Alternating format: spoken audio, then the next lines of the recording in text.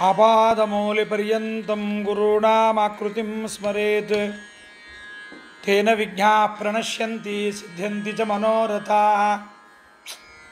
योऽन्तः प्रविश्य मम वाचमिमां प्रसुप्तां सञ्जीवयत्यखिलशक्तिधरस्वधाम्ना अन्यांश्च हस्तचरणश्रवणत्वगादीन् प्राणान्नमो भगवते पुरुषाय तुभ्यं।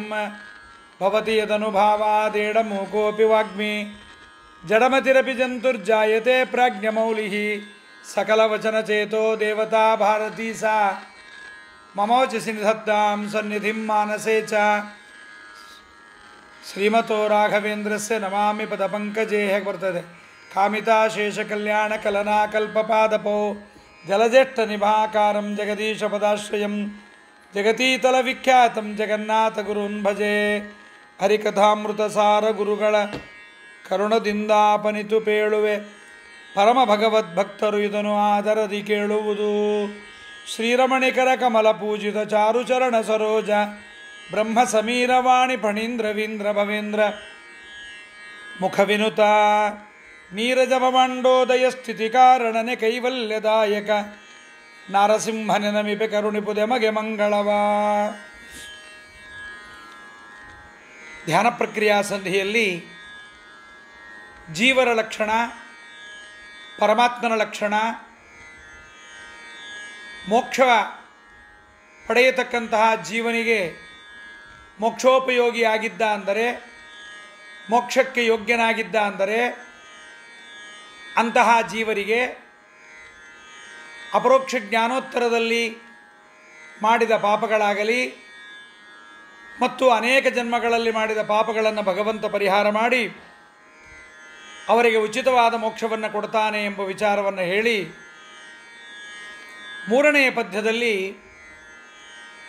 ಅಸ್ವತಂತ್ರನು ಜೀವ ಹರಿಸರ್ವಸ್ವತಂತ್ರನು ಎಂಬುದಾಗಿ ದೇವರ ಬಗ್ಗೆ ಬ್ರಹ್ಮರುದ್ರಾದಿಗಳಿಂದ ಪರಮಾತ್ಮ ಪೂಜಿತನಾಗಿದ್ದಾನೆ, ಯಾವಾಗಲೂ ನಿತ್ಯ ಸುಖಮಯ ಪರಮಾತ್ಮ ಎಂಬುದನ್ನು ಹೇಳಿ ಇಷ್ಟನ್ನು ನೀನು ತಿಳಿಯಬೇಕು ಎಂಬುದಾಗಿ ನಮಗೆ ಹೇಳಿಕೊಟ್ಟ ಜಗನ್ನಾಥದಾಸರು ಈಗ ಮತ್ತೆ ನಾಲ್ಕನೆಯ ಪದ್ಯದಲ್ಲಿ ಮತ್ತೆ ಅಂತ ಪ್ರಾರಂಭ ಮಾಡ್ತಾ ಇದ್ದಾರೆ.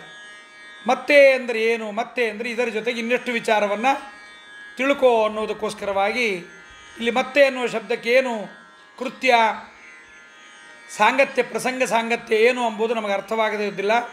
ಹಾಗಾಗಿ ಮತ್ತೆ ವಿಶ್ವಾದ್ಯಂಟು ರೂಪ 9ರಿಂದಲಿ ಪೆಚ್ಚಿಸಲು 72 ರೂಪಗಳೆಹವು ಒಂದೊಂದೇ ಸಹಸ್ರ. ಪೃಥಕ್ ಪೃಥಕು ನಾಡಿಗಳೊಳಗೆ ಸರ್ವೋತ್ತಮನ ತಿಳಿಯೆಂದು ಭೀಷ್ಮನು ಬಿತ್ತರಿಸಿದನು ಧರ್ಮತನಯಗೆ ಶಾಂತಿ ಪರ್ವದಲ್ಲಿ. ಈ ಪದ್ಯದಲ್ಲಿ ಪದಚ್ಛೇದವನ್ನು ನೋಡೋದಾದರೆ ಮತ್ತೆ ವಿಶ್ವ ಆದಿ 8 ರೂಪ 9ರಿಂದಲಿ ಪೆಚ್ಚಿಸಲು 72 ರೂಪಗಳು ಇಹವು ಒಂದೊಂದೇ ಸಹಸ್ರ. ಪೃಥಕ್ ಪೃಥಕು ನಾಡಿಗಳೊಳಗೆ ಸರ್ವೋತ್ತಮನ ತಿಳಿಯೆಂದು ಭೀಷ್ಮನು ಬಿತ್ತರಿಸಿದನು ಧರ್ಮತನಯಗೆ ಶಾಂತಿ ಪರ್ವದಲ್ಲಿ. ಮತ್ತೆ ಜೀವ ಸ್ವತಂತ್ರ, ಪರಮಾತ್ಮ ಸ್ವತಂತ್ರ, ಭಗವಂತನ ಲಕ್ಷಣ, ಜೀವನ ಲಕ್ಷಣಗಳನ್ನು ತಿಳಿದ ಮೇಲೆ ಯಾವ ದೇಹದಲ್ಲಿ ದೇವರನ್ನು ಕಾಣ್ತೀಯೋ ಆ ದೇಹದಲ್ಲಿ ದೇವರನ್ನು ಏನು ನೋಡ್ತೀಯಲ್ಲ ಆ ದೇಹದಲ್ಲಿ 72 ಸಹಸ್ರ ನಾಡಿ ಇದೆಯಪ್ಪ. ಅಷ್ಟೂ ಪರಮಾತ್ಮನ ರೂಪಗಳಿಗೆ ಆ ಪರಮಾತ್ಮನ ರೂಪವನ್ನು ಈ ಪರಮಾತ್ಮ ಇದ್ದಾನೆ ಎಂಬುದಾಗಿ ಉಪಾಸನೆ ಮಾಡಬೇಕು ಎಂಬುದನ್ನು ಸಂಪ್ರದಾಯ ಪ್ರವರ್ತಕವಾಗಿ ಸಂಪ್ರದಾಯಸ್ಥರು ಕೂಡ ಭೀಷ್ಮರು ಪೇಳಿದರು ಶಾಂತಿ ಪರ್ವದಲ್ಲಿ ಎನ್ನುವ ಶಿಷ್ಟಾಚಾರವನ್ನು ಕೂಡ ಜಗನ್ನಾಥದಾಸರು ನಮಗೆ ಹೇಳ್ತಾ ಇದ್ದಾರೆ. ಪದಚ್ಛೇದ ನೋಡಾಯಿತು. ವಿಶ್ವಾದಿ, ವಿಶ್ವ, ತೇಜಸ, ಪ್ರಾಜ್ಞಾ, ತುರ್ಯ, ಆತ್ಮ, ಅಂತರಾತ್ಮ, ಪರಮಾತ್ಮ, ಇದು 8 ರೂಪಗಳು. ಇದನ್ನು 9ರಿಂದ ಹೆಚ್ಚಿಸಿದಾಗ 8 9 72 ಅವು ಒಂದೊಂದು ಸಹಸ್ರ. ಅವು ಕೂಡ ಒಂದೊಂದು ಸಾವಿರ ಬೇರೆ ಬೇರೆ ನಾಡಿಗಳಿದ್ದಾವೆ ಎಂಬುದಾಗಿ ಸರ್ವೋತ್ತಮನಾಗಿರ್ತಕ್ಕಂಥ ಪರಮಾತ್ಮನನ್ನು ಚಿಂತನೆ ಮಾಡಬೇಕಪ್ಪ ದೇಹದಲ್ಲಿ ಅಂತ ಭೀಷ್ಮರು ಶಾಂತಿ ಪರ್ವದ ಮೋಕ್ಷ ಧರ್ಮ ಪರ್ವದಲ್ಲಿ ಅದನ್ನು ಹೇಳಿದ್ದಾರೆ ಎಂಬುದನ್ನು ವಿಸ್ತಾರವಾಗಿ ಹೇಳಿದ್ದಾರೆ ಎಂಬ ಶಿಷ್ಟಾಚಾರವನ್ನು ಕೂಡ ಜಗನ್ನಾಥದಾಸರು ನಮಗೆ ಹೇಳಿದ್ದಾರೆ. ವಿಶ್ವಾದಿ 8 ರೂಪಗಳನ್ನು ಹೆಚ್ಚಿಸೋದು ಹೇಗೆ ಅಂದರೆ ಓಂಕಾರ. ಇದರದ್ದು ವಿಸ್ತಾರ ಎಲ್ಲ ಬಂದಿದೆ ನಿಮಗೆ. ಮಾತೃಕಾ ಸಂಧಿಯಲ್ಲಿ ವಿಸ್ತಾರವಾಗಿ ಇದನ್ನು ಹೇಳಿದ್ದಾರೆ. ಓಂಕಾರದಲ್ಲಿ ಅಕಾರ ಉಕಾರ ಮಕಾರ ಬಿಂದು ನಾದ ಘೋಷ ಅತಿಶಾಂತ ಎಂಬತಕ್ಕಂಥ 8 ಅಕ್ಷರ ಓಂಕಾರದಲ್ಲಿದೆ. ಆ 8 ಅಕ್ಷರಕ್ಕೆ ಪರಮಾತ್ಮನ 8 ಭಗವದ್ ರೂಪಗಳು, ಅದಕ್ಕೆ ಅಭಿಮನ್ಯವಾದ ರೂಪಗಳವೆಲ್ಲವೂ ಕೂಡ ವಿಶ್ವ, ತೈಜಸ, ಪ್ರಾಜ್ಞಾ, ತುರ್ಯ, ಆತ್ಮ, ಅಂತರಾತ್ಮ, ಪರಮಾತ್ಮ, ಜ್ಞಾನಾತ್ಮ ಎಂಬತಕ್ಕಂಥ 8 ಭಗವದ್ ರೂಪ. ಇವುಗಳಿಂದ 9ರಿಂದ ಹೆಚ್ಚಿಸಬೇಕು ಅಂದರೆ ಗುಣಿಸಬೇಕು ಅಂತ ಅರ್ಥ. ಹೌದು, ಎಲ್ಲಿ ಹೇಳಿದ್ದಾರೆ ನಿಮಗೆ ಇದನ್ನು? ನೀವು ಜಗನ್ನಾಥದಾಸರು ಹೇಳ್ತೀರಾ ಇದನ್ನು? ಎಲ್ಲಿಂದ ತಂದಿದ್ದೀರಿ? ಜಗನ್ನಾಥದಾಸರ ಮಾತಿಗೆ ನೀವು ಕ್ವಶ್ಚನ್ ಹುಡುಕಿದ್ರಿ ಅಂದರೆ ನಮಗೆ ಉತ್ತರ ಸಿಗೋದಿಲ್ಲ. 9ರಿಂದ ಹೆಚ್ಚಿಸಬೇಕು ಅಂದರೆ ಯಾವುದು 9? 8 ಹೇಳಿದ್ರಿ, ವಿಶ್ವಾದಿ 8 ರೂಪ ಹೇಳಿದ್ರಿ. 9ರಿಂದ ಹೆಚ್ಚಿಸಬೇಕು ಅಂದರೆ ಯಾವುದದು 9? ಅದನ್ನು ಯಾಕೆ ಹೆಚ್ಚಿಸಬೇಕು? ಅದನ್ನು ನಾಡಿಗಳೊಳಗೆ ಚಿಂತನೆ ಮಾಡಬೇಕು ಅಂತ ಎಲ್ಲಾರ ಹೇಳಿದ್ದಾರಾ ಅನ್ನುವ ಪ್ರಶ್ನೆ ನಮಗೆ ಬಂದಾಗ ಜಮುಖಂಡಿ ವಾದರಾಜಾಚಾರ್ಯರು ಮೋಕ್ಷ ಧರ್ಮದ ಉತ್ತರವನ್ನು ನಮಗೆ ಕೊಡ್ತಾ ಇದ್ದಾರೆ. ರುಚೋ ಯಜುಂಷಿ ಸಾಮಾನಿ ಶರೀರಾಣಿ ವ್ಯಪಾಶ್ರಿತಾ ಜಿಕ್ವಾಗ್ರೇಷು ಪ್ರವರ್ತಂತೆ ಯಜ್ಞಸಾಧ್ಯ ವಿನಾಶಿನಃ. ಯಜ್ಞದಿಂದ, ಜ್ಞಾನಯಜ್ಞಕ್ಕೆ ಕರ್ಮಯಜ್ಞದಿಂದ ಸಾಧ್ಯವಾದ ನಾಶರಹಿತವಾದ ಅವಿನಾಶಿನಃ ಮೋಕ್ಷ, ನಾಶರಹಿತವಾದ ಮೋಕ್ಷಕ್ಕೆ ಅಧಿಕಾರಿಯಾದ ಪುರುಷನ ಶರೀರದಲ್ಲಿ ನವವಿಧವಾದ ಪ್ರಕೃತಿ ಋಗ್ಯಜುಸ್ಸಾಮ ವೇದಗಳನ್ನು ಮತ್ತು ಅವುಗಳಿಗೆ ಮೂಲವಾದ ಓಂಕಾರವನ್ನು, ಆ ಓಂಕಾರಕ್ಕೆ 8 ಅಕ್ಷರಗಳಿದ್ದು ಜಪಕಾಲದಲ್ಲಿ ಜಿಕ್ವಾಗ್ರದಲ್ಲಿ ವಾಗೀಂದ್ರದಿಂದ ವ್ಯಕ್ತವಾಗತ್ತೆ ಅಂತ ಮೋಕ್ಷ ಧರ್ಮದಲ್ಲಿ ಹೇಳಿದ್ದಾರೆ. ಅಂದರೆ ಜಪವನ್ನು ಮಾಡುವಾಗ ಓಂ ಅಂತೇವೆ.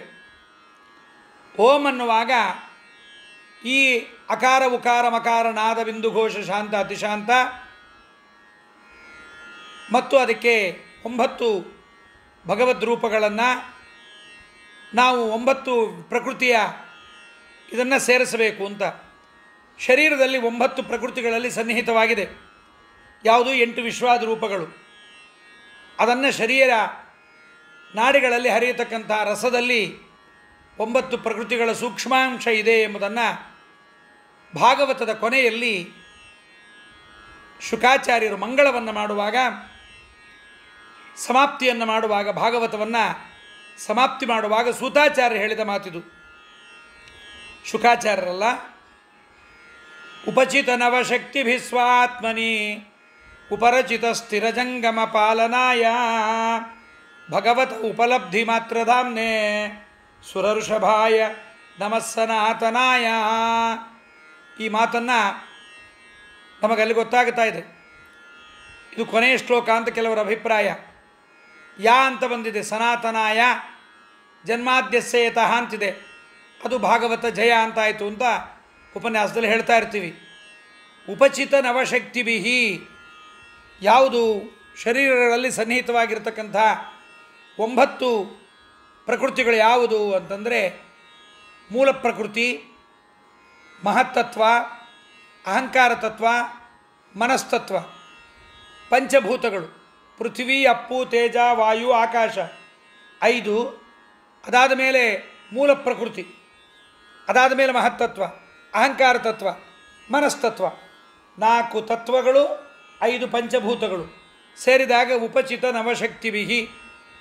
ಈ ವಿಧವಾದ ಪ್ರಕೃತಿಯಲ್ಲಿ ನಿಯಾಮಕನಾಗಿ ಭಗವಂತ ಮೂಲ ಪ್ರಕೃತಿಯಾದಿ ನಾಮಕನಾಗಿ 9 ರೂಪಗಳಿಂದ ನಾಡಿ ಸ್ಥಿತನಾಗಿ 9 ಪ್ರಕೃತಿಗಳಲ್ಲಿದ್ದು ತಾನು ಸೃಷ್ಟಿ ಮಾಡಿದ ಸ್ಥಾವರ ಜಂಗಮಗಳನ್ನು ಪರಮಾತ್ಮ ಪಾಲನೆ ಮಾಡ್ತಾನೆ. ಚಿನ್ಮಯ ರೂಪಿಯಾಗಿರ್ತಕ್ಕಂಥ ಪರಮಾತ್ಮ,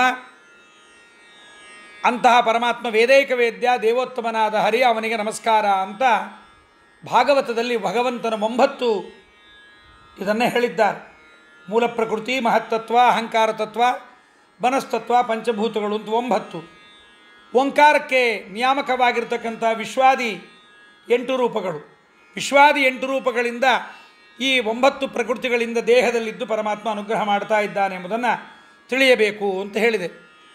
ಹಾಗೆ ಓಂಕಾರ ಪ್ರತಿಪಾದ್ಯವಾದ ಅಷ್ಟಮೂರ್ತಿಗಳನ್ನು ನವವಿಧವಾದ ಪ್ರಕೃತಿಸ್ಥವಾದ ನವಮೂರ್ತಿಗಳಿಂದ ಹೆಚ್ಚಿಸಬೇಕು. ಇದು ಅದ್ಭುತವಾದ ವಿಚಾರ. ಎಲ್ಲೆಲ್ಲೋ ಇದ್ದದ್ದನ್ನು ತಂದು ಜಗನ್ನಾಥದಾಸರು ಧ್ಯಾನ ಮಾಡತಕ್ಕಂಥವನು ಏನು ಧ್ಯಾನ ಮಾಡಬೇಕು, ಹೇಗೆ ಧ್ಯಾನ ಮಾಡಬೇಕು, ಮಾಡಿದರೆ ಪರಮಾತ್ಮ ಹೇಗೆ ಬೇಗ ಸುಲಭವಾಗಿ ಸಿಗುತ್ತಾನೆ ಅನ್ನುವುದನ್ನು ತಾವು ಅದನ್ನು ಅನುಭವಿಸಿ ಶಾಸ್ತ್ರೀಯ ವಿಚಾರಗಳನ್ನು ಮನಗಂಡು ನಮಗೆ ಅನುಗ್ರಹ ಮಾಡಿದ್ದಾರೆ. ಅವಾಗೇನಾಗತ್ತೆ ಅಂದರೆ ಹೀಗೆ ಒಂದೊಂದಕ್ಕೆ ಸೇರಿಸ್ತಾ ಹೋಗ್ರಿ, 72 ಆಗತ್ತೆ. ವಿಶ್ವ ಮೂಲ ಪ್ರಕೃತಿ, ವಿಶ್ವ ಮಹತ್ತತ್ವ, ವಿಶ್ವ ಅಹಂಕಾರ ತತ್ವ, ವಿಶ್ವ ಮನಸ್ತತ್ವ, ಅದಾದ ಮೇಲೆ ತೈಜಸ ಮನಸ್ತತ್ವ ಆದಮೇಲೆ ಅಹಂಕಾರ ಪಂಚಭೂತಗಳು, ತೈಜಸ ಮೂಲ ಪ್ರಕೃತಿ, ತೈಜಸ ಮಹತ್ತತ್ವ, ತೈಜಸ ಅಹಂಕಾರ, ತೈಜಸ ಮನಸ್ಸು ಅಂತ ಹೆಚ್ಚಿಸಿದಾಗ ಒಟ್ಟು 72 ರೂಪ ಆಗತ್ತೆ. ಆ 72 ರೂಪಗಳು ಒಂದೊಂದೇ ಸಹಸ್ರ ಪೃಥಕ್ ಪೃಥಕ್ ನಾಡಿಗಳೊಳಗೆ. 72 ರೂಪಗಳು ಒಂದೊಂದು 1000 ಬೇರೆ ಬೇರೆ ನಾಡಿಗಳಲ್ಲಿದ್ದಾವೆ. ಅವುಗಳನ್ನು 1000ದಿಂದ ಹೆಚ್ಚರಿಸಿದಾಗ ಒಟ್ಟು 72,000 ರೂಪ 72,000 ನಾಡಿಗಳಲ್ಲಿ ಆಗತ್ತೆ. ಇದನ್ನೆಲ್ಲ ದೇಹದಲ್ಲೂ ನಾವು ತಿಳಿಯಬೇಕು. ದೇಹದಲ್ಲಿರುವ ಭಗವದ್ ರೂಪವನ್ನು ತಿಳಿಯಬೇಕು, ನಿಯಾಮಕವಾದ ಭಗವದ್ ರೂಪಗಳನ್ನು ತಿಳಿಯಬೇಕು.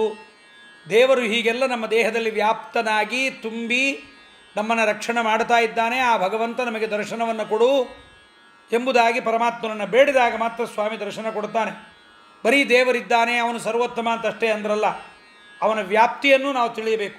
ಅದಕ್ಕಾಗಿ ಜಗನ್ನಾಥದಾಸರು ಪರಮಾತ್ಮನ ಗುಣಗಳನ್ನು ಹೇಳಿ ಅದರ ವ್ಯಾಪ್ತಿಯನ್ನು ಹೇಳ್ತಾ ಇದ್ದಾರೆ. ಸ್ವತಂತ್ರನು ಜೀವ ಅನ್ನುವ ಪದ್ಯದಲ್ಲಿ ಪರಮಾತ್ಮನ ಗುಣಗಳನ್ನು ಹೇಳಿ, ಜೀವರ ಗುಣಗಳನ್ನು ಹೇಳಿ, ಪರಮಾತ್ಮ ಮತ್ತೆ ಹೇಗಿದ್ದಾನೆಂದರೆ ನಿನ್ನ ದೇಹದಲ್ಲಿ ವ್ಯಾಪ್ತನಾಗಿದ್ದಾನೆ, ಅವನನ್ನು ನೀನು ನೋಡಬೇಕು ಎಂಬುದಾಗಿ ಹೇಳ್ತಾರೆ. ಆದ್ದರಿಂದ ಹೌದು ಇದನ್ನೆಲ್ಲ ಹೇಳಿದ್ದಾರೆ ಅಂದಾಗ ಈ 72,000 ವಿಸ್ತಾರವನ್ನು ಐತರೇಯದಲ್ಲಿ ಹೇಳಿದ್ದಾರೆ. ಪ್ರಧಾನ ನಾಡಿಗಳ ವಿಚಾರ ಎಲ್ಲಿ ಬಂದಿದೆ ಅಂತಂದಾಗ ದಾಸರು ಅದಕ್ಕೂ ಪ್ರಮಾಣವನ್ನು ಕೊಟ್ಟುಬಿಡ್ತಾರೆ. ಹುಡುಕಬೇಡ್ರಪ್ಪ, ಭೀಷ್ಮನು ಬಿತ್ತರಿಸಿದನು ಧರ್ಮತನಯಗೆ ಶಾಂತಿ ಪರ್ವದಲ್ಲಿ. ಶಾಂತಿ ಪರ್ವದಲ್ಲಿ ಭೀಷ್ಮಾಚಾರ್ಯರು ಧರ್ಮರಾಜನಿಗೆ ನಾಡಿಗಳ ವಿಚಾರವನ್ನು ಮಾತಾಡ್ತಾರೆ. ನೋಡ್ರಿ, ಧರ್ಮರಾಜ 12 ವರ್ಷಗಳ ಕಾಲ ಅಲ್ಲಿ ಬೇಕಾದಷ್ಟು ಉಪದೇಶವನ್ನು ತಗೊಂಡ. ನೋಡ್ರಿ, ಸಜ್ಜನರ ಮಾತೆಲ್ಲ ಹೇಗೆ ನಡೀತಾ ಇರುತ್ತೆ. 12 ವರ್ಷ ಆಯಿತು, 13ನೇ ವರ್ಷ ಅಜ್ಞಾತವಾಸ ಆಯಿತು. ಅದಾದ ಮೇಲೆ ರಾಜ್ಯ ಬಂತು, ದುರ್ಯೋಧನನ ವಧೆ ಆಯಿತು, ರಾಜ್ಯ ಬಂತು. ರಾಜ್ಯ ಬಂದ ಮೇಲೆ ಇನ್ನೇನು ಬಂತು, ನಂಗೆ ಸಾಕು ಒಂದು ಸುಖವಾಗಿ ಕೂತ್ಕೊಂಡ. ಪರಮಾತ್ಮ ಧರ್ಮರಾಜನನ್ನು ಕರ್ಕೊಂಡು ಹೋಗಿ ಭೀಷ್ಮಾಚಾರ್ಯರಲ್ಲಿದ್ದ ಜ್ಞಾನಸೂರ್ಯನನ್ನು ಧರ್ಮರಾಜನಿಗೆ ಅದನ್ನು ಸ್ಥಾನಾಂತರಿಸಿದ್ದಾರೆ. ಆದ್ದರಿಂದ ವ್ಯಾಸ ಸಿದ್ಧಾಂತ ಕೌಮುದಿಕಾರರು ನಾಡೀ ವಿಚಾರ ಪ್ರಮಿತ ಇತ್ಯಾಹ ಭೀಷ್ಮ ಇತಿ ಅಂತ ಅದನ್ನು ಹೇಳಿದ್ದಾರೆ. ಶಾಂತಿ ಪರ್ವದಲ್ಲಿ ನಾಡೀ ವಿಚಾರವನ್ನು ಕೂಡ ಭೀಷ್ಮಾಚಾರ್ಯರು ಧರ್ಮರಾಜನಿಗೆ ಹೇಳಿದ್ದನ್ನು ಅಲ್ಲಿ ಹೇಳಿದ್ದಾರೆ. ಅಲ್ಲಿ ಸಾಕಷ್ಟು ವಿಚಾರವನ್ನು ಹೇಳಿದ್ದಾರೆ. ದಶವಿದ್ಯಾಧಮನ್ಯೋತ್ರ ಪಂಚೇಂದ್ರಿಯ ಗುಣಾವಹ ಯಾಭಿಸೂಕ್ಷ್ಮ ಪ್ರತಾಯಂತೆ ಧಮನ್ಯೋನ್ಯಾ ಸಹಸ್ರಶಃ. 3 ಧಾತುಗಳು ವಾತ ಪಿತ್ತ ಕಫ ಅಂತ, ಸಪ್ತಧಾತುಗಳು ರಕ್ತಾದಿ ಸಪ್ತಧಾತುಗಳು, ಇವೆಲ್ಲವೂ ಕೂಡ ನಾಡಿಗಳಲ್ಲಿ ಹರಿಯತಕ್ಕಂಥ ಅನ್ನಾದಿ ರಸಗಳಿಂದ, ಅನ್ನದ ರಸ ಊಟ ಮಾಡ್ತಕ್ಕಂಥದ್ರಿಂದ ಅದು ಪೋಷಣೆಯನ್ನು ಹೊಂದಿ ಅಭಿವೃದ್ಧಿಯನ್ನು ಹೊಂದಿರುತ್ತೆ. ಹಾಗೆ ಪ್ರಧಾನ ನಾಡಿಯಲ್ಲಿ ಮನಸ್ಸು ಸಂಚಾರವನ್ನು ಮಾಡುತ್ತೆ. ಹಾಗಾಗಿ ಭೀಷ್ಮಾಚಾರ್ಯದನ್ನು ಹೇಳಿದ್ದಾರೆ. ಹೌದು, ಇಲ್ಲಿ ದಶವಿದ್ಯಾ ಧಮನ್ಯೋತ್ರ ಅಂತ 10 ಪ್ರಧಾನ ನಾಡಿಗಳನ್ನು ಹೇಳಿ ಧಮನ್ಯೋಸ್ಯ ಸಹಸ್ರಶಃ ಅಂತ ಭೀಷ್ಮಾಚಾರ್ಯ ಹೇಳಿದ್ದಾರೆ. ಮತ್ತು ಅಲ್ಲೊಂದು ವಿಚಾರ ಬಂತು, ಇಲ್ಲೊಂದು ಬೇರೆ ವಿಚಾರ ಬಂತಲ್ಲ. ಧಮನ್ಯೋತ್ರ ದಶವಿದ್ಯಾತ್ ಅಂತ, ಧಮನ್ಯೋನ್ಯ ಸಹಸ್ರಶಃ ಅಂತ 1000 ಶಾಖಾ ನಾಡಿ, ಪ್ರಧಾನವಾದ 10 ನಾಡಿ ಅಂತ ಹೇಳಿದ್ದಾರೆ. ನೀವು 72,000 ನಾಡಿ ಅಂತ ಹೇಳಿದ್ದಿರಲ್ಲ ಅನ್ನೋದಕ್ಕೆ ದಾಸರು ಏನು ಮಾಡಿದ್ದಾರೆ ನೋಡ್ರಿ. 72 ರೂಪಗಳಿಹವು, 72 ರೂಪಗಳಿಹವು, ಒಂದೊಂದೇ ಸಹಸ್ರ ಪೃಥಕ್ ಪೃಥಕ್ ಅಂತ ಬಿಡಿಸ್ಕೋಬೇಕು. ಇದನ್ನು ನಾವು ಅರ್ಥ ಮಾಡ್ಕೋಬೇಕು. ಆದ್ದರಿಂದ ಬಿಡಿಸಿಕೊಂಡಾಗ ಪೃಥಕ್ ಪೃಥಕ್ ನಾಡಿಗಳೊಳಗೆ ಪ್ರತಿಯೊಂದು ರೂಪವೂ ಸಾವಿರವಾಗಿ ಬೇರೆ ಬೇರೆ ನಾಡಿಗಳೊಳಗಿದೆ ಅಂತ ಓದಿಕೊಂಡ್ರೆ 72,000 ನಾಡಿಗಳ ಉಪಾಸನೆ ಅಂತ ನಮಗಾಗತ್ತೆ. ಮತ್ತು 72 ರೂಪಗಳಿಗವು ಒಂದೊಂದೇ ಸಹಸ್ರ ಅಂತ ನಿಲ್ಲಿಸಿಬಿಟ್ರೆ ನಮಗದು ಸಿಗೋದಿಲ್ಲ. ಆದ್ದರಿಂದ ಸಾವಿರ ನಾಡಿಗಳಲ್ಲಿ ಉಪಾಸನೆ ಅಂತ ಶಾಂತಿ ಪರ್ವದಲ್ಲಿ ಹೇಳಿದ್ದಾರೆ. ಹರಿಕಥಾಮೃತಸಾರದಲ್ಲಿ ಜಗನ್ನಾಥದಾಸರು 72 ಸಹಸ್ರ ರೂಪಗಳ ವಿವಕ್ಷತೆಯನ್ನು ಮಾಡಿದ್ದಾರೆ. ಆದ್ದರಿಂದ 72 ಸಹಸ್ರ ನಾಡಿಗಳಲ್ಲಿ ಇದನ್ನು ಮಾಡಬೇಕು ಎಂಬುದಾಗಿ ಹೇಳ್ತಾ ಇದ್ದಾರೆ. ಕೆಲವು ಪಾಠಗಳಲ್ಲಿ ಭೀಷ್ಮ ಪರ್ವದಲ್ಲಿ ಅಂತ ಕೆಲವರು ಬರೆದಿದ್ದಾರೆ. ಕೆಲವೊಂದು ಪುಸ್ತಕದಲ್ಲಿ ವ್ಯಾಖ್ಯಾನವನ್ನು ನೋಡಿದಾಗ ಈ ವಿಚಾರ ಭೀಷ್ಮ ಪರ್ವದಲ್ಲಿ ಬಂದಿಲ್ಲ. ಭೀಷ್ಮ ಪರ್ವದಲ್ಲಿ ಬರೀ ಭಗವದ್ಗೀತೆ ಒಂದೇ ಬರುತ್ತೆ ಹೊರತು ಇನ್ಯಾವುದು ಬರೋದಿಲ್ಲ. ಅದನ್ನು ಶಾಂತಿ ಪರ್ವದಲ್ಲಿ ಇಂತ ತಿದ್ದುಕೋಬೇಕು ಅಂತ ಇನ್ನೊಬ್ಬ ವ್ಯಾಖ್ಯಾನಕಾರರಂತಾರೆ. ಶಾಂತಿ ಪರ್ವದ ಮೋಕ್ಷಧರ್ಮ ಪರ್ವದಲ್ಲಿ ಅದು ಬರುತ್ತೆ ಅಂತ ಆಗತ್ತೆ ಎಂಬುದನ್ನು ಹೇಳಿದ್ದಾರೆ. ದಶನಾಡಿಗಳು ದಶವಿದ್ಯಾಧಮನ್ಯೋತ್ರ ಅಂತ ಹೇಳಿದ್ದಾರೆ. ಇಡ ಮತ್ತು ಪಿಂಗಳ ನಾಡಿ ಮೂಗಿನ 2 ಹೊರಳೆಗಳಲ್ಲಿರುತ್ತೆ. ಇದನ್ನಾಗಲೇ ಹೇಳಿದ್ವಿ ನಾವು. ಮುಂದೆ ತಿರ್ಗಾ ನಾಡಿ ಪ್ರಕರಣ ಸಂಧಿ ಬರುತ್ತೆ.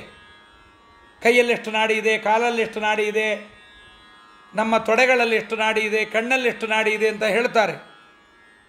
ಪೂಷ ಅಲಂಬುಸ ಅಂತೆಲ್ಲ ನಾಡಿಗಳೆಲ್ಲ ಇದೆ. ಅದು 2 ಕಿವಿಗಳಲ್ಲಿದೆ.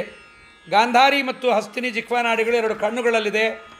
ಸರಸ್ವತಿ ಎಂಬತಕ್ಕಂತಹದ್ದು ನಾಲಿಗೆಯಲ್ಲಿ, ಅಲಂಬುಸ ನಾಡಿ ಗುದದಲ್ಲಿ, ವಾರುಣಿ ನಾಡಿ ಲಿಂಗದಲ್ಲಿ, ಕೇಶಿನಿ ನಾಡಿ ಪಾದಗಳಲ್ಲಿದೆ. ಹೀಗೆ ಜಗನ್ನಾಥದಾಸರು 72 ಸಹಸ್ರ ನಾಡಿಗಳಲ್ಲಿ ಭಗವದ್ ರೂಪವನ್ನು ಚಿಂತನೆ ಮಾಡಬೇಕು. ಭಗವಂತನ ಗುಣವನ್ನು, ಅವನ ಸ್ವಾತಂತ್ರ್ಯವನ್ನು, ಸರಸ್ವತಿ ಬ್ರಹ್ಮೇಶಾನರಿಂದ ಪರಮಾತ್ಮ ಪೂಜಿತನಾಗಿದ್ದಾನೆ ಎಂಬುದನ್ನು ಕೂಡ ತಿಳಿಯುವುದರ ಜೊತೆಗೆ ಇದನ್ನೂ ತಿಳಿಯಬೇಕು ಅನ್ನುವುದನ್ನು ನಾವು ಸ್ಪಷ್ಟವಾಗಿ ತಿಳಿಯಬೇಕು ಅನ್ನುವುದನ್ನು ಜಗನ್ನಾಥದಾಸರು ಬಹಳವಾಗಿ ಸ್ಪಷ್ಟ ಮಾಡಿಕೊಟ್ಟಿದ್ದಾರೆ. ಹಾಗಾಗಿ ಈ ಮತ್ತೆ ಎಂಬುದಾಗಿ ಪ್ರಾರಂಭ ಆದಾಗ ನಮಗೆ ಪ್ರಸಂಗ ಗೊತ್ತಾಗಲ್ಲ. ದಾಸರು ಯಾಕೆ ಮತ್ತೆ ಅಂತ ಪ್ರಾರಂಭ ಮಾಡಿದ್ರು, ಏನು ಹೇಳಿದ್ರು ಪೂರ್ವದಲ್ಲಿ ಮತ್ತೆ ಅಂತ ಅಂದರೆ, ಧ್ಯಾನ ಮಾಡಬೇಕಾದ್ರೆ ಇದು ಮೋಕ್ಷ ಮಾರ್ಗಕ್ಕೆ ತೊಂದರೆ ಕೊಡೋದಿಲ್ಲ ಅಂತ ಹೇಳಿದರು. ಪರಮಾತ್ಮನ ಲಕ್ಷಣ ಹೇಳಿದರು. ಹೇಳಿದ ಮೇಲೆ ಜೀವನ ಲಕ್ಷಣ ಹೇಳಿದರು. ಜೀವನ ಲಕ್ಷಣ ಹೇಳಿದ ಮೇಲೆ ಮತ್ತೆ ಅಂತಂದರೆ, ಮತ್ತೆ ಅಂದರೆ ಎಲ್ಲಿ? ನಿನ್ನ ದೇಹದಲ್ಲಿ ಮತ್ತೆ ವಿಶ್ವಾದ್ಯಂಟು ರೂಪ 9ರಿಂದಲೇ. ನಾನು ವಿಚಾರ ಮಾಡಿದೆ, ಇದ್ಯಾಕೆ ಮತ್ತೆ ಅಂತ ಪ್ರಾರಂಭ ಮಾಡ್ತಾರೆ ಜಗನ್ನಾಥದಾಸರು. ಹಿಂದಿನ ಪದ್ಯಕ್ಕೋ ಅನ್ವಯವೋ ಇದು ಅಂತ ವಿಚಾರ ಮಾಡಿದಾಗ ಹಿಂದಿನ ಪದ್ಯದಲ್ಲಿ ಹೇಳಿದ್ದನ್ನು ವಿಚಾರವನ್ನೇ ಮತ್ತೆ ವಿಶ್ವಾದ್ಯಂಟು ರೂಪ 9ರಿಂದಲೇ ಪೆಚ್ಚಿಸಲು 72 ರೂಪಗಳಿಗವು ಒಂದೊಂದೇ ಸಹಸ್ರ. ಪೃಥಕ್ ಪೃಥಕು ನಾಡಿಗಳೊಳಗೆ ಸರ್ವೋತ್ತಮನ ತಿಳಿಯೆಂದು ಭೀಷ್ಮನು ಬಿತ್ತರಿಸಿದನು ಧರ್ಮತನಯಗೆ ಶಾಂತಿ ಪರ್ವದಲ್ಲಿ. ಹೀಗೆ ಭಾಗವತವನ್ನು, ಐತರೇಯವನ್ನು, ಅನೇಕ ವಿಷಯಗಳನ್ನು ಚಿಂತನೆ ಮಾಡಿಸ್ತಾ ಜಗನ್ನಾಥದಾಸರು ಹೀಗೆ ಅದ್ಭುತವಾಗಿ ನಮ್ಮ ದೇಹದಲ್ಲೂ ಕೂಡ ಭಗವಂತನ ಚಿಂತನೆ ಮಾಡಬೇಕು ಅನ್ನುವುದನ್ನು ಈ ಪದ್ಯದಲ್ಲಿ ನಿರೂಪಣೆ ಮಾಡಿಕೊಟ್ಟಿದ್ದಾರೆ. ಇದಾದ ಮೇಲೆ ನಮಗೆ ಮತ್ತೊಂದಷ್ಟು ವಿಚಾರವನ್ನು ಹೇಳ್ತಾ ಇದ್ದಾರೆ ಜಗನ್ನಾಥದಾಸರು. ಇಲ್ಲಿದ್ದು ದೇವರು ಏನು ಮಾಡ್ತಾನೆ? ಇಲ್ಲಿ ಯಾಕೆ ಒಳಗೆ ಬರಬೇಕು? ನಮ್ಮನ್ನು ಪ್ರಾಣ ತೆಗೆಯೋಕ್ಕೆ ಇಷ್ಟೆಲ್ಲರೂ ಭಗವದ್ ರೂಪಗಳ ಚಿಂತನೆ ಮಾಡಬೇಕು. ಏನು ಮಾಡ್ತಾನೆ? ಹೊರಗೆ ಇದ್ದು ಮಾಡಬಾರ್ದ? ಇಷ್ಟಿದ್ದು ಮಾಡಿಬಿಡ್ತಾನಪ್ಪ ದೇವರು ಅಂತ ಹೇಳಿಬಿಡ್ರಿ. ಇಲ್ಲಿ ಏನು ಮಾಡ್ತಾನೆ ಪರಮಾತ್ಮ? ಅದರ ಚಿಂತನೆ ಮಾಡಬೇಕು ಎಂಬುದನ್ನು ಹೇಳ್ತಾ, 8 ಪ್ರಕೃತಿಗಳೊಳಗೆ ವಿಶ್ವಾದ್ಯಂಟು ರೂಪದಲ್ಲಿದ್ದು ಭಕುತರ ಕಂಟಕವ ಪರಿಹರಿಸುತ್ತಲಿ ಪಾಲಿಸುವ ಪ್ರತಿದಿನದೀ ನೆಂಟನಂದದಿ ಎಡಬಿಡದೆ ವೈಕುಂಠ ರಮಣನು ತನ್ನವರ ನಿಷ್ಕಂಟಕ ಸುಮಾರ್ಗದಲ್ಲಿ ನಡೆಸುವ ದುರ್ಜನರ ಬಡಿವಾ. ಇದು ತಿಳಿಬೇಕು ಅಂತಾರೆ ಜಗನ್ನಾಥದಾಸರು. ಇದೂ ತಿಳಿಬೇಕು. ದೇವರು ನಿನ್ನೊಳಗಿದ್ದು ಏನು ಮಾಡ್ತಾನೆ? ಮಗ ಆಫೀಸ್ಗೆ ಹೋಗಿ ಏನು ಮಾಡ್ತಾನೆ? ಹೆಂಡತಿ ಮನೆಯಲ್ಲಿದ್ದು ಏನು ಮಾಡ್ತಾಳೆ? ಗಂಡ ಮನೆಯಲ್ಲಿದ್ದು ಏನು ಮಾಡ್ತಾನೆ? ಮನೆ ಕೆಲಸದವಳು ಬಂದು ಏನು ಮಾಡ್ತಾಳೆ? ಇದೆಲ್ಲ ಯಜಮಾನನಿಗೆ ಗೊತ್ತಿರಬೇಕಲ್ವ? ಅದಕ್ಕೆ ಜಗನ್ನಾಥದಾಸರಂತ ಇದ್ದಾರೆ, 8 ಪ್ರಕೃತಿಗಳೊಳಗೆ ಯಾವುದು? ಪಂಚಮಹಾಭೂತ, ಅವ್ಯಕ್ತ, ಏನು 4 ತತ್ವಗಳನ್ನು ಹೇಳಿದ್ರಲ್ಲ, ಮಹತ್ತತ್ವ, ಮೂಲ ಪ್ರಕೃತಿ, ಇವೆಲ್ಲ ಇದರೊಳಗೆ 8 ಪ್ರಕೃತಿಗಳೊಳಗೆ ವಿಶ್ವಾದ್ಯಂಟು ರೂಪದಲ್ಲಿದ್ದು ಭಕುತರ. ಸ್ಪಷ್ಟ ಮಾಡಿಬಿಟ್ರು ಈಗ ಜಗನ್ನಾಥದಾಸರು. ಪದಚ್ಛೇದ ನೋಡ್ರಿ. 8 ಪ್ರಕೃತಿಗಳ ಒಳಗೆ ವಿಶ್ವ ಆದಿ 8 ವಿಶ್ವಾದ್ಯಂಟು ರೂಪದಲ್ಲಿ ಇದ್ದು ಭಕುತರ ಕಂಟಕವ ಪರಿಹರಿಸುತ್ತಲಿ ಪಾಲಿಸುವ ಪ್ರತಿದಿನದಿ ನೆಂಟನಂದದಿ ಎಡೆ ಬಿಡದೆ ವೈಕುಂಠ ರಮಣನು ತನ್ನವರ ನಿಷ್ಕಂಟಕ ಸುಮಾರ್ಗದಲ್ಲಿ ನಡೆಸುವ ದುರ್ಜನರ ಬಡಿ. ಎರಡು ಕೆಲಸ ಮಾಡ್ತಾನೆ, ಇಷ್ಟಪ್ರಾಪ್ತಿ ಅನಿಷ್ಟ ನಿವೃತ್ತಿ. ತನ್ನವರ ನಿಷ್ಕಂಟಕ ಸುಮಾರ್ಗದಲ್ಲಿ ನಡೆಸುವ, ತನ್ನವರಲ್ಲದೆ ಇದ್ದ ದುರ್ಜನರ ಬಡಿವಾ. ಇಷ್ಟು ಭಗವಂತ ಮಾಡ್ತಾನೆ ಎಂಬುದನ್ನು ತಿಳಿಬೇಕು. 8 ಪ್ರಕೃತಿ ಯಾವುದು ಅಂತ ಈಗ ತಾನೇ ಹಿಂದಿನ ಪದ್ಯದಲ್ಲಿ ಹೇಳಾಯಿತು. 4ನೇ ಪದ್ಯದಲ್ಲಿ 8 ಪ್ರಕೃತಿಗಳೊಳಗೆ ವಿಶ್ವಾದ್ಯಂಟು ರೂಪ. 8 ಪ್ರಕೃತಿಯಲ್ಲಿ ವಿಶ್ವಾದ್ಯಂಟು ರೂಪಗಳನ್ನು ಸೇರಿಸಿದಾಗ, ಅದನ್ನು ಒಂದೊಂದನ್ನು ಸಾವಿರವಾಗಿ ಭಗವದ್ ರೂಪಗಳನ್ನು ಸೇರಿಸಿದಾಗ, ಇನ್ನೂ ಜಗನ್ನಾಥದಾಸರು ಹೇಳಿದ್ದಾರೆ, ಇಷ್ಟಕ್ಕೆ ನಾವು ನಿಲ್ಲಬಾರ್ದು, ಇಲ್ಲಿ ಹೇಳಿಲ್ಲ ಅಂತ ಬಿಟ್ಟುಬಿಡಬಾರ್ದು. 72 ಸಹಸ್ರನಾಡಿಗಳೊಳಗೆ ಭಗವದ್ ರೂಪದ ಜೊತೆಗೆ ಲಕ್ಷ್ಮೀ ರೂಪ, ಲಕ್ಷ್ಮಿಯನ್ನು ಬಿಟ್ಟು ಉಪಾಸನೆ ಮಾಡಬಾರ್ದು.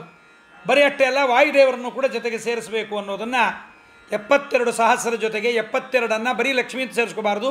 ಲಕ್ಷ್ಮೀನಾರಾಯಣ 72 ಸಹಸ್ರ ರೂಪ, 72 ಪರಮಾತ್ಮನ ವಾಯುದೇವರ ರೂಪ ಅಂತ ಸೇರಿಸಿದಾಗ 72 ಸೇರಿ ಅಷ್ಟು ರೂಪಗಳಾಗತ್ತೆ ಅನ್ನೋದನ್ನು ಕೂಡ ಚಿಂತನೆ ಮಾಡಬೇಕು ಅಂತ ಹಿಂದೆ ಜಗನ್ನಾಥದಾಸರು ಆಗಲೇ ನಮಗೆ ಅದನ್ನು ತಿಳಿಸಿಕೊಟ್ಟಿದ್ದಾರೆ. ಭೋಜನ ರಸ ವಿಭಾಗ ಸಂಧಿಯಲ್ಲಿ ಅನ್ನಮಯ ಪ್ರಾಣಮಯ ಆದಿ ಕೋಶಗಳ ಸಂದರ್ಭವನ್ನು ಹೇಳುವ ಸಂದರ್ಭದಲ್ಲಿ ದೇವರಿದ್ದು ಏನು ಮಾಡ್ತಾನೆ, ಯಾಕಿದ್ದಾನೆ ಇಲ್ಲಿ, ಯಾಕೆ ಬರಬೇಕು ಕೇಳ್ತೀವಲ್ಲ, ಯಾಕೆ ಅವ್ರು ನಿಮ್ಮ ಮನೇಲಿದ್ದಾರೆ, ಯಾಕೆ ಅವರೆಲ್ಲೂ ಬೇರೆ ಕಡೆ ಇರಲ್ವಾ, ಇಲ್ಲಿ ಯಾಕೆ ಇರ್ತಾರೆ ಅಂತ ಕೇಳ್ತೀವಲ್ಲ ಕೆಲವ್ರ ಬಗ್ಗೆ. ದೇವರಿದ್ದು ಏನು ಮಾಡ್ತಾನೆ ಅಂದರೆ, ಬಕುತರ ಕಂಟಕವ ಪರಿಹರಿಸುತ್ತಲೀ ಪಾಲಿಸುವ ಪ್ರತಿದಿನದೀ. ಪರಮಾತ್ಮ ಏನು ಮಾಡ್ತಾನೆ, 8 ಬಗೆಯ ಪ್ರಕೃತಿಯಲ್ಲಿ ವಿಶ್ವಾದಿ 8 ರೂಪಗಳಿಂದ ಇದ್ದು ವೈಕುಂಠ ರಮಣ, ವೈಕುಂಠ ದೇವಿಗೆ ರಮಣನಾದ ಪರಮಾತ್ಮ ಭಕ್ತರ ಕಂಟಕವನ್ನು ಪರಿಹಾರ ಮಾಡ್ತಾ ಪಾಲನ ಮಾಡ್ತಾನೆ. ಪಾಲನ ಪೂರ್ಣಯೋಹೋ ಅಂತ ನಮ್ಮಲ್ಲಿ ಏನೇನು ಕಡಿಮೆ ಇರುತ್ತೆ ಅದನ್ನು ತುಂಬಿಸಿಕೊಡ್ತಾನೆ, ನಮಗೇನು ಬೇಕೋ ಅದನ್ನು ತಂದು ಕೊಡ್ತಾನೆ. ಯಾವತ್ತೋ ಒಂದು ದಿವಸ ಅಲ್ಲ, ಪ್ರತಿದಿನ ನೆಂಟನಂದೇದು ಎಡಬಿಡದು. ಮಗಳನ್ನು ಕೊಟ್ಟಿರ್ತೀವಲ್ಲ, ಯಾವಾಗಲೂ ಮನೆಗೆ ಬಂದಾಗ, ಮಗಳ ಮನೆಗೆ ಬಂದಾಗ ಮನೇಲಿ ನೋಡ್ತಾನೆ, ಅಪ್ಪ ಅಮ್ಮ ರೀ ಅದಿಲ್ಲ ರೀ ಅವರ ಮನೆಯಲ್ಲಿ, ಅದನ್ನು ತಂದುಕೊಡ್ಬೇಕು. ಪರಮಾತ್ಮನು ಹಾಗೆ ನೆಂಟನಂತೆ ಎಡಬಿಡದೆ ಅಳಿಯನ ಜೀವನ. ದಾಸರು ಹೇಳಿದ್ರಲ್ಲ, ಮದುವೆಯ ನಂದನೆಗೆ ತಾ ಮಾಡಿ ಮನೆಯೊಳಗಿಡುವ ತೆರನಂತೆ ಇಂದಿರಾದವ. ಹಾಗೆ ಪರಮಾತ್ಮ ನಮ್ಮನ್ನು ಅಳಿಯನ ಮಾಡ್ಕೊಂಡಿದ್ದಾನೆ, ಪ್ರಕೃತಿಯ ಜೊತೆಗೆ ಮದುವೆ ಮಾಡಿದ್ದಾನೆ. ಪ್ರಕೃತಿ ಜೊತೆಗೆ ಮದುವೆ ಮಾಡಿ ನಮ್ಮನ್ನು ಪರಮಾತ್ಮ ಮಗ ಅಂತ ಮಾಡಿಕೊಂಡು, ತನ್ನ ಮಗ ನಾವು, ಪರಮಾತ್ಮನ ಮಗ, ನಮಗೆ ಪ್ರಕೃತಿಯ ಜೊತೆಗೆ 8 ಪ್ರಕೃತಿಯನ್ನು ನಮಗೆ ಕೊಟ್ಟು ಮದುವೆ ಮಾಡಿದ್ದಾನೆ. ಅದ್ರ ಜೊತೆಗಿಟ್ಟಾಗ ನಮ್ಮಲ್ಲಿ ಏನೇನಿಲ್ಲ ಅಂತ ಅವನು ಗೊತ್ತಾಗತ್ತಲ್ಲ, ಒಳಗೆ ಕೂತಿರ್ತಾನಲ್ಲ. ಪ್ರತಿದಿನ ನೆಂಟನಂದದಿ ಪಾಲಿಸುವ ಪ್ರತಿದಿನದಿ ನೆಂಟನಂದದಿ ಬಿಡ. ಪ್ರತಿದಿನ ಅನ್ನೋದು ಹಿಂದಕ್ಕೆ ಮುಂದಕ್ಕೆ ಅನ್ವಯ ಮಾಡಿಕೊಳ್ಬೇಕು. ಪ್ರತಿದಿನದಿ ನೆಂಟನಂದದೆ ಎಡಬಿಡದೆ ವೈಕುಂಠ ರಮಣನು.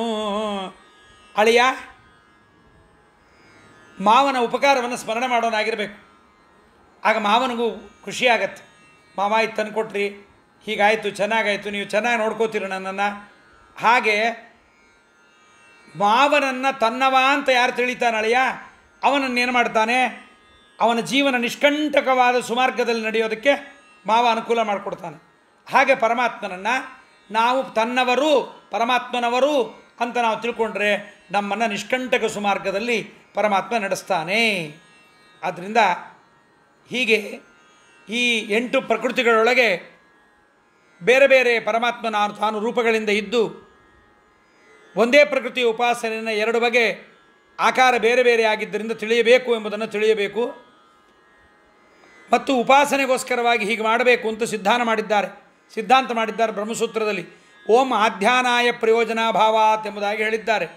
ಮತ್ತು ಪ್ರಕೃತ್ಯಷ್ಟಗಃ ಶ್ರೀಶೋ ವಿಶ್ವಾಧ್ಯಾತ್ಮ ಅಂತ ವೈಭವ ಅನ್ನುವ ಗ್ರಂಥದಲ್ಲಿದೆ ಅಂತ ಜಮಖಂಡಿ ವಾದರಾಚಾರ್ಯರು ಕೂಡ ಅಂತ ಹೇಳ್ತಾರೆ. ಪ್ರಕೃತ್ಯಷ್ಟಕಗಃ ಶ್ರೀಶಃ ವಿಶ್ವಾಧ್ಯಾತ್ಮ. ವಿಶ್ವಾದಿ ಸ್ವರೂಪನಾದ ಪರಮಾತ್ಮ ಪ್ರಕೃತಿ ಮೊದಲಾಗಿರ್ತಕ್ಕಂಥ 8ರಲ್ಲಿದ್ದಾನೆ ಎಂಬುದಾಗಿ ಹೇಳಿದ್ದಾರೆ. ಆದ್ದರಿಂದ ಪರಮಾತ್ಮನು ಕೂಡ ಒಂದೊಂದೇ, ಇಲ್ಲೂ ಕೂಡ ಅಷ್ಟೇ ಹೇಳಿಬಿಟ್ಟಿದ್ದಾರಲ್ಲ, 1000 ಹೇಳಿಲ್ಲ ಅಂತ ಅನ್ಕೋಬೇಡ್ರಿ, ಅದು ಉಪಲಕ್ಷಣೆಯ ಹಿಂದೆ ಹೇಳಿದ್ದನ್ನೇ ಎಂಬುದಾಗಿ ನಾವು ತಿಳಿಯಬೇಕು. ಇಲ್ಲಿ ಹೌದು, ಈ ನೆಂಟನಂದದಿ ಸುಮಾರ್ಗದಲ್ಲಿ ನಿಷ್ಕಂಟಕ ಮಾರ್ಗ ಅಂದರೆ ಯಾವುದು? ಅಧ್ಯಾತ್ಮದಲ್ಲಿ ಶರೀರ ನಾಡಿಗಳಲ್ಲಿ ಸನ್ನಿಹಿತನಾಗಿರ್ತಾನೆ, ನೆಂಟನಂತೆ ಕಾಪಾಡ್ತಾನೆ. ಆಪತ್ತು ಬಂದಾಗ ಕಾಪಾಡೋದಲ್ಲ, ಆಪತ್ತು ಬರದಂತೆ ಕಾಪಾಡ್ತಾನೆ ಪರಮಾತ್ಮ. ಜಗನ್ನಾಥ ವಿಜಯದಾಸರು ಚೆನ್ನಾಗಿ ಹೇಳ್ತಾರೆ, ಕಲ್ಲಿದೆ ಅಂತ ನೋಡಿರ್ತೀವಂತೆ, ಕಲ್ಲನ್ನು ಕಾಲಿಂದ ಒದಿತೀವಿ, ಒದ್ರೆ ಬೀಳ್ತೀವಿ ಅಂತ ಕೂಡ ಗೊತ್ತಾಗತ್ತಂತೆ, ಆದರೂ ಕಲ್ಲನ್ನು ಮುಗ್ಗರಿಸ್ತೀವಂತೆ. ಬಚ್ಚಲ ಮನೆಯಲ್ಲಿ ಪಾಚಿ ಇದೆ, ಜೋಪಾನವಾಗಿ ಹೋಗಬೇಕು ಅಂತ ಅಂದ್ಕೊಂಡು ಹಾಲಿಂದ ಬಚ್ಚಲ ಮನೆಗೆ ಹೋಗ್ತಾನೆ, ತಿರ್ಗಿ ಜಾರಿ ಬೀಳ್ತಾನೆ. ಆ ಜಾರಿ ಬಿದ್ದ ಮೇಲೆ ಬೀಳುವ ಹೊತ್ತಿಗೆ ಮುಗ್ಗಿದಲ್ಲಿಗೆ ಬಂದು ಅವನು ಮುಗ್ಗಿ ನೇರು ಬಿದ್ದು ಬಿಡ್ತಾನೆ, ಅಷ್ಟೊತ್ತು ದೇವ್ರ ಕೈ ಕೊಡ್ತಾನೆ. ಅಂದರೆ ನಿನ್ನ ಯೋಗ್ಯತೆ ತಿಳ್ಕೊ, ನೀ ಮುಗ್ಗರಿಸ್ಬಿಡ್ತೀಯಾ, ನಾ ಕೈ ಕೊಟ್ಟರೆ ಉದ್ಧಾರ ಆಗ್ತೀಯಾ ಅಂತ. ಆಪತ್ತು ಬರೆಯದಂತೆ ಪರಮಾತ್ಮ ತಡೀತಾನೆ, ರೋಗ ರುಜಿನಗಳು ಶರೀರಕ್ಕೆ ಬರದಂತೆ ಪರಮಾತ್ಮ ಅನುಗ್ರಹ ಮಾಡ್ತಾನೆ. ಕಂಟಕ ಅಂತಂದರೆ ಮುಳ್ಳನ್ನು ತೆಗೆದು ಹಾಕೋದೇ ಅಲ್ಲ, ಕಾಲಿಗೆ ಮುಳ್ಳು ಚುಚ್ಚದಂತೆ ಪಾದುಕೆಯ ಕಂಟಕ ಅಂದರೆ ಧ್ಯಾನವನ್ನು ಕೊಡ್ತಾನೆ ಪರಮಾತ್ಮ ಅಂತರ್ಥ. ಪಾದುಕೆಯ ಕಂಟಕ ಸಿಕತ ಮೊದಲಾದವನು ದಿನವು ಅದು ಚಮ್ಮಾಳಿಗೆಯ ಮೆಟ್ಟಿದವ ಗುಂಟೆ ಅಂತ ಇನ್ನೊಂದು ಕಡೆ ದಾಸರು ಹೇಳ್ತಾರೆ. ಹಾಗೆ ಪರಮಾತ್ಮನ ಧ್ಯಾನ ಕೊಟ್ಟು ಅನುಗ್ರಹವನ್ನು ಮಾಡ್ತಾನೆ. ಅಷ್ಟಪ್ರಕೃತಿಗಳಿಂದ ನಮಗೆ ಅನೇಕ ಅನಿಷ್ಟಗಳಾಗತ್ತೆ, ವಾತ ಪಿತ್ತ ಕಫಗಳಿಂದ. ಅದ್ಯಾವುದು ನಮಗಾಗದಂತೆ ಪರಮಾತ್ಮ ಧಾತು ಕ್ಷಯವಾಗತ್ತೆ, ಧಾತುಗಳ ವೈಷಮ್ಯ ಆಗತ್ತೆ, ಒಂದು ಏರುಪೇರಾಗತ್ತೆ, ಮನೋವಿಕಾರ ಆಗತ್ತೆ. ಅದರಿಂದ ಧಾತುಗಳ ವಿಕಾರವಾದಾಗ ಮನೋವಿಕಾರ ಆಗತ್ತೆ. ಅದೆಲ್ಲವೂ ಆಗದಂತೆ ಪರಮಾತ್ಮ ಅನುಗ್ರಹವನ್ನು ಮಾಡ್ತಾನೆ. ಪರಮಾತ್ಮ ಅನುಗ್ರಹವನ್ನು ಮಾಡ್ತಾನೆ ಎಂಬುದಾಗಿ ತಿಳಿಬೇಕು ಅಂತ. ಈ ನಿಷ್ಕಂಟಕ ಸುಮಾರ್ಗ ಅನ್ನೋದನ್ನು ಎಲ್ಲಿ ಹೇಳಿದ್ದಾರೆ? ಇದನ್ನೆಲ್ಲ ಹೇಳಿದ್ದಾರೆ? ಜ್ಞಾನಿಗಳಿಂದ ಇದನ್ನೆಲ್ಲ ಕೇಳಬೇಕು. ಜ್ಞಾನಿಗಳು ಹೇಳ್ತಾರೆ, ಭಾಗವತದಲ್ಲಿ ಪರಮಾತ್ಮ ಹೇಳ್ತಾನೆ, ಏಷ ನಿಷ್ಕಂಟಕಪ್ಪಂತಹ ಯತ್ರ ಸಂಪೂಜ್ಯತೆ ಹರಿಹಿ ಕುಪತಂ ತಂ ವಿಜಾನೀಯಾತ್ ಗೋವಿಂದರಹಿತಾಗಮಂ ಅಂತ ಭಾರತದ ವಾಕ್ಯ. ಇದು ಭಾರತದಲ್ಲಿ ಬರುತ್ತಿದ್ದು. ಇದೇ ನಿಷ್ಕಂಟಕವಾದ ಪಂಥ. ಎಲ್ಲಿ ಪರಮಾತ್ಮನನ್ನು ಸಂಪೂಜ್ಯತೆ, ಅಂದರೆ ಚೆನ್ನಾಗಿ, ಪೂಜ್ಯತೆ ಪೂಜೆ ಮಾಡಲ್ಪಡ್ತಾನೆ. ಸಂಪೂಜ್ಯತೆ ಅಂದ್ರೇನು?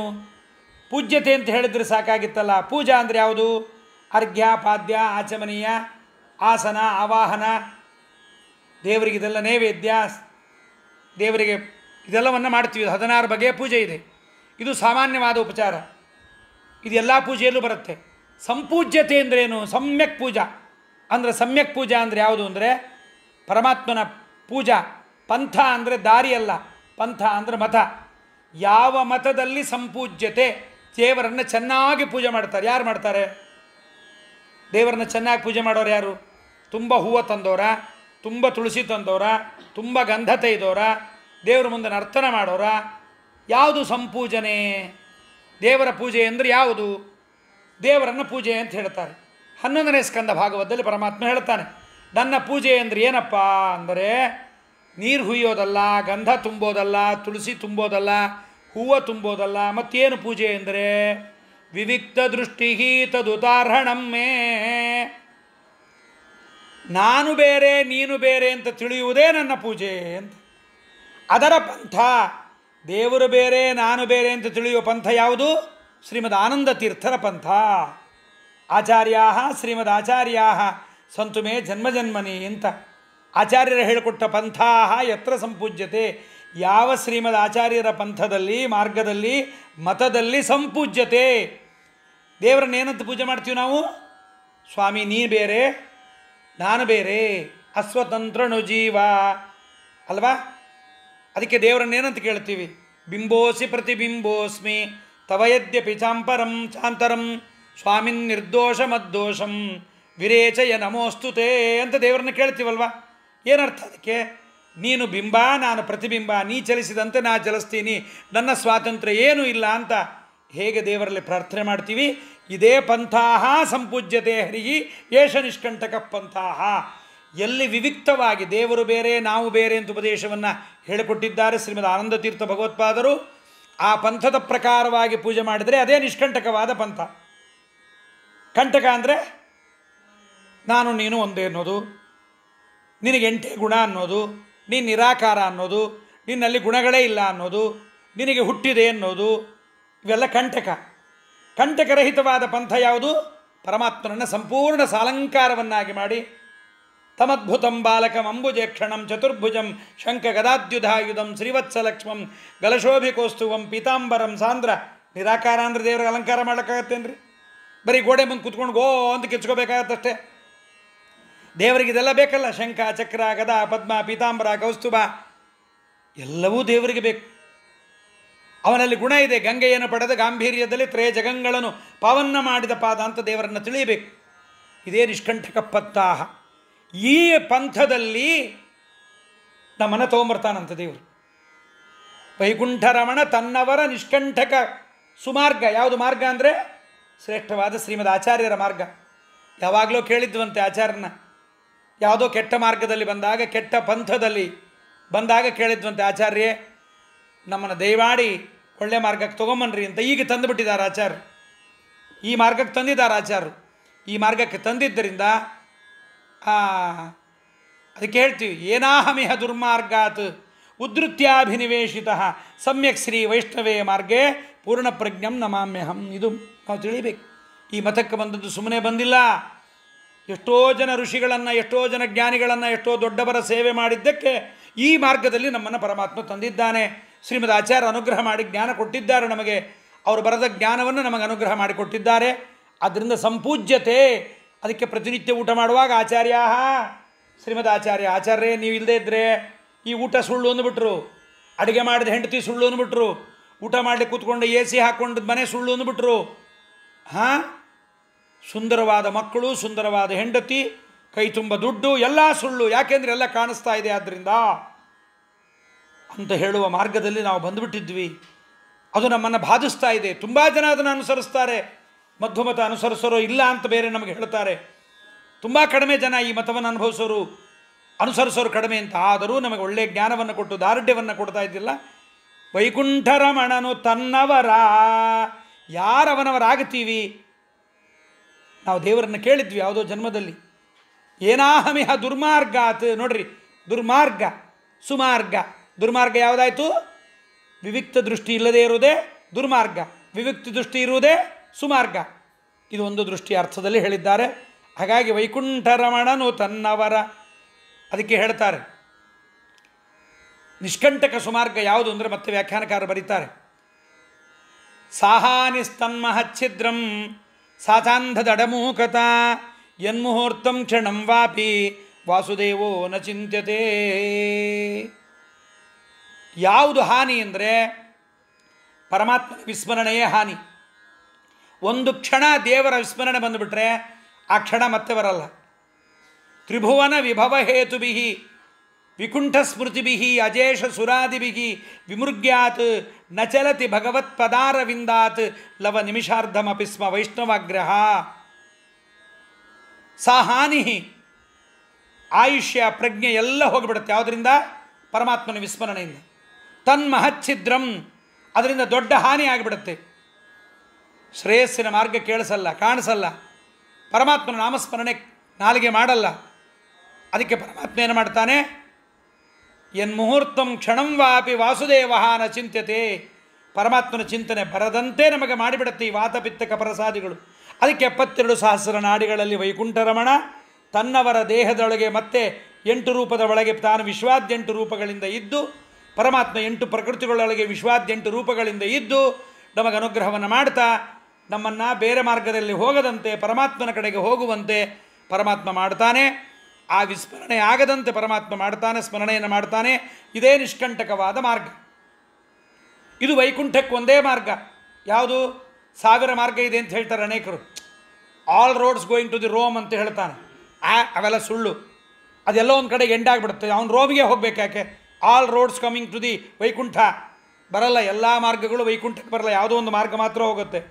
ಆ ಮಾರ್ಗಕ್ಕೆ ನಾವು ಸೇರ್ಕೋಬೇಕು, ಸರಿಯಾದ ಮಾರ್ಗಕ್ಕೆ. ಆದ್ದರಿಂದ ವೈಕುಂಠರಮಣನಾದ್ದರಿಂದ ವೈಕುಂಠ ಮಾರ್ಗಕ್ಕೆ ನಮ್ಮನ್ನು ಸೇರಿಸ್ತಾನೆ. ಇದು ಪರಮಾತ್ಮ ಅಧ್ಯಾತ್ಮದಲ್ಲಿ ಮಾಡುವ ಕೆಲಸ. ನಮ್ಮ ದೇಹದ ಒಳಗಡೆ ಸುಮಾರ್ಗದಲ್ಲಿ ಹೊರಗಡೆ ಓಡಾಡಿಸ್ತಾನೆ, ಚೆನ್ನ ಮಾರ್ಗದಲ್ಲಿ ಜ್ಞಾನವನ್ನು ಕೊಡ್ತಾನೆ.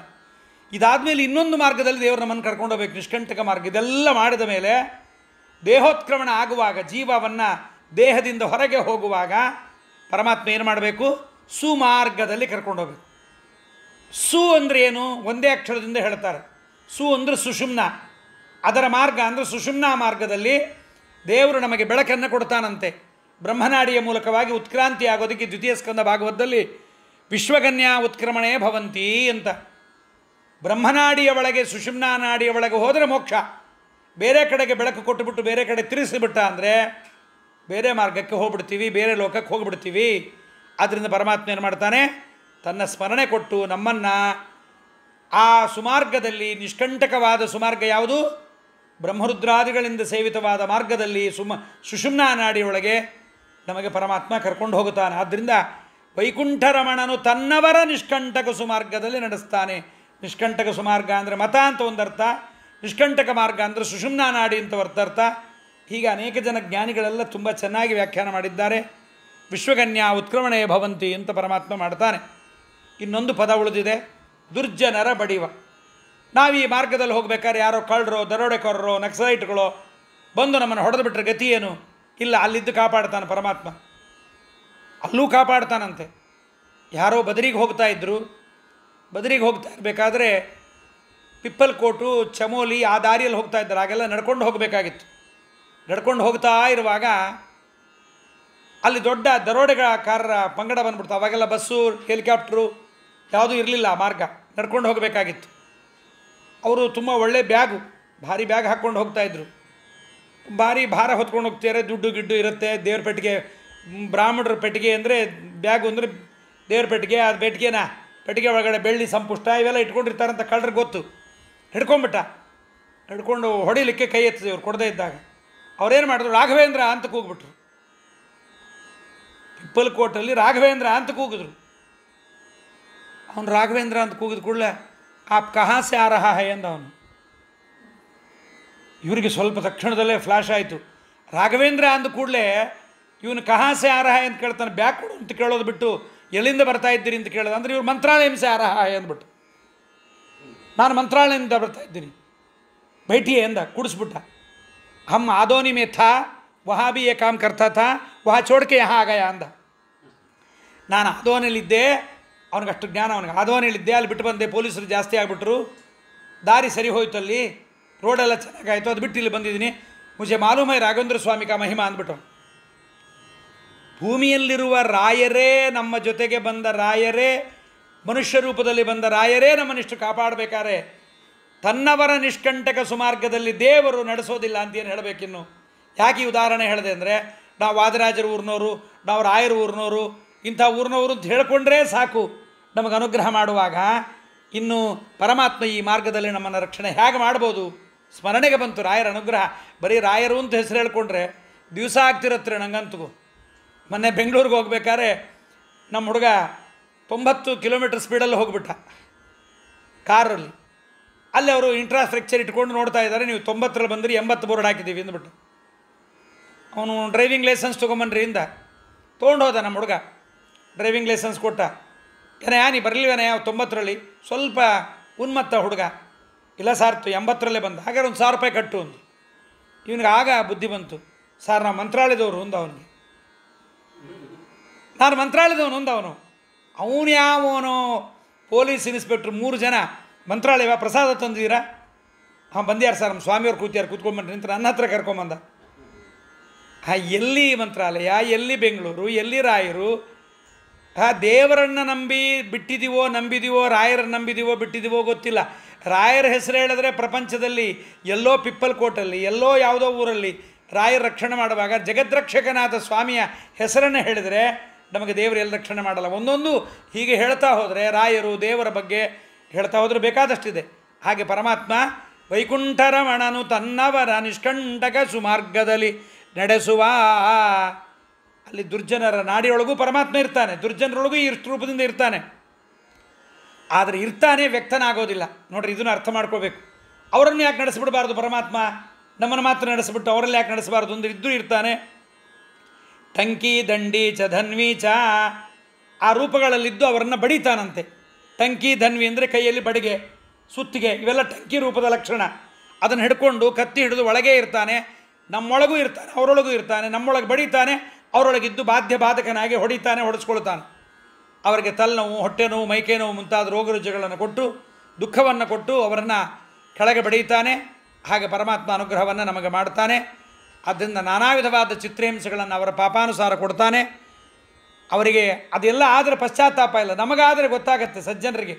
ಅಯ್ಯೋ ರೋಗ ಬಂದಿದೆ, ಯಾಕೋ ಏನೋ ಪರಮಾತ್ಮನ ಸ್ಮರಣೆ ಮಾಡಲಿಲ್ವೋ ಏನೋ, ಸಾಹಾನಿ ತನ್ಮನಚ್ಛಿದ್ರಂ ಸಚಾಂದ ಜಡಮೂಖತ, ಎಲ್ಲೋ ಭಗವಂತನ ವಿಸ್ಮರಣೆ ಬಂದಿದೆ, ಅದಕ್ಕೆ ನಮಗೆ ಈ ರೋಗ ಬಂದಿದೆ, ಈ ದುಃಖ ಬಂದಿದೆ, ಹೀಗಾಗಬಾರ್ದು ಹೀಗೆ ಮಾಡಬಾರ್ದು ಅನ್ನುವ ಸ್ಮರಣೆಯನ್ನು ಕೊಟ್ಟು ನಮಗೆ ವಿಸ್ಮರಣೆ ಬರದಂತೆ ಕಲ್ಯಾದಿ ದೈತ್ಯರನ್ನು ನಮ್ಮ ದೇಹದಲ್ಲಿದ್ದವರನ್ನು ಬಡಿದು ಆ ದೈತ್ಯರಿಗೆ ತನ್ನ ಮನಸ್ಸಿನಲ್ಲಿ ಇದ್ದರೂ ಕೂಡ ಅವರಿಗೆ ದ್ವೇಷವನ್ನು ಕೊಟ್ಟು ಅವರನ್ನು ಕೆಳಗೆ ಹಾಕಿ ನಮಗೆ ಅನುಗ್ರಹವನ್ನು ಮಾಡ್ತಾನೆ ಎನ್ನುವುದನ್ನು, ಇದು ದೇವರ ಮತ್ತೊಂದು ಮಹಿಮೆಯಪ್ಪ.